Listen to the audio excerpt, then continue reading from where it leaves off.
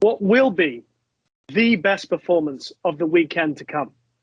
I was going to say the way that you devour your breakfast on ITV Racing Saturday morning, but Do you need to look at the camera or not? I've got one of these things here. Hello everyone, I'm Rishi Persad and welcome to Racing Weekly, a podcast brought to you by Oddschecker that takes a 360-degree view of the sport we all love. He's got loads of ability, loads of talent, and I don't even think he's a finished article yet. Alongside me each week, racing TV pundit, 5-time Tipster of the Year, Sam Turner. Nicky Henderson must be absolutely gutted. Well, I like to see that we're going to disagree already. If you had to back one for the Supreme Novices Hurdle now, in one or two words, what would it be? Well, 2 words will do. Dice like dynamo. That's 4, but anyway.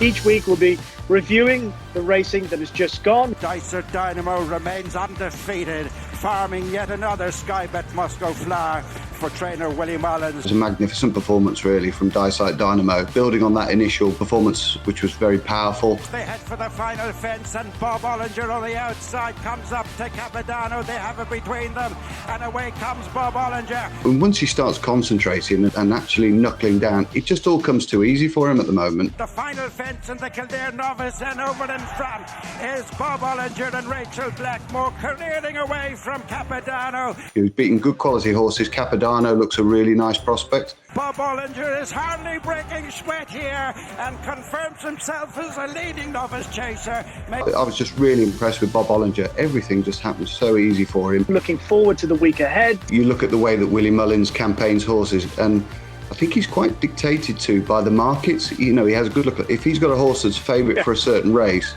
that's the race that it goes for. Tackling the biggest stories in the sport, you know, how concerned are you as a fan, but also as a punter, about what's happening with field sizes? There is too much racing. There aren't the horses to go around, not at this time of year as well. The racing's not great, but it has to take a pause somewhere. You can't just keep going with the quality. It's distinctly average. Some people at the lower end of the game are going to be upset to hear things like that. I've owned, very moderate flat horses, plenty of them. So have I. I don't want to own any more of them, not now. I think once you have a winner or two in your colours and whatever, if you're fortunate enough to do that, I think that novelty only lasts for so long, if I'm honest, and you're still paying the same amount of money for average horses and running around the all-weather for $2,000, and I just don't think that's a sustainable model.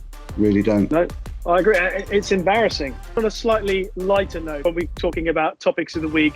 On Sunday, 12-year-old Big River won for the 8th time in his career. It was interesting after the race. Lucinda Russell said that the horse can sometimes get a bit anxious at the races. So head last Jamie Duff has an iPod, and the horse listens to the music to help calm him down. If you were a horse, Sam, would you be a jumper or a flat horse? Probably a flat horse. The jumping looks too much like hard work. Ditto. I'd want to place at stud as well for little achievement. I'm not entirely certain that's possible. Yeah, I think I'd rather go to York for a 7-furlong handicap than schlep round Fontwell for 3.5 miles in January. I would probably be a 5-furlong horse, so I wouldn't have to train. I'd just do all my training on the racecourse. Be muscly and look magnificent. Prospect of Shishkin taking on Energumen in the Clarence House Chase on Saturday. Ed Chamberlain of ITV suggested that it might be a bit like Liverpool and Man United clashing. It sparked some interesting reaction on social media, and comparing it, of course, to Liverpool Man United and how important a clash this is outside of the Cheltenham Festival. I'm not one to disagree with Ed, only with the football teams that we support, and Wolves did beat Southampton 3-1 last weekend. I'd just like to mention that. But saying that it's like a Liverpool-Man United clash, I've sat through that many 0-0 Liverpool-Man United clashes. I hope Energumen versus Shishkin's a lot better than that. We agree on quite a few things there, Sam, so I'm pleased to see that. We're in sync. And that's good, because that's it for this edition of Racing Weekly, brought to you by Oddschecker. And judging by what I've seen today, Sam, I'd like to do this again. Are you up for it?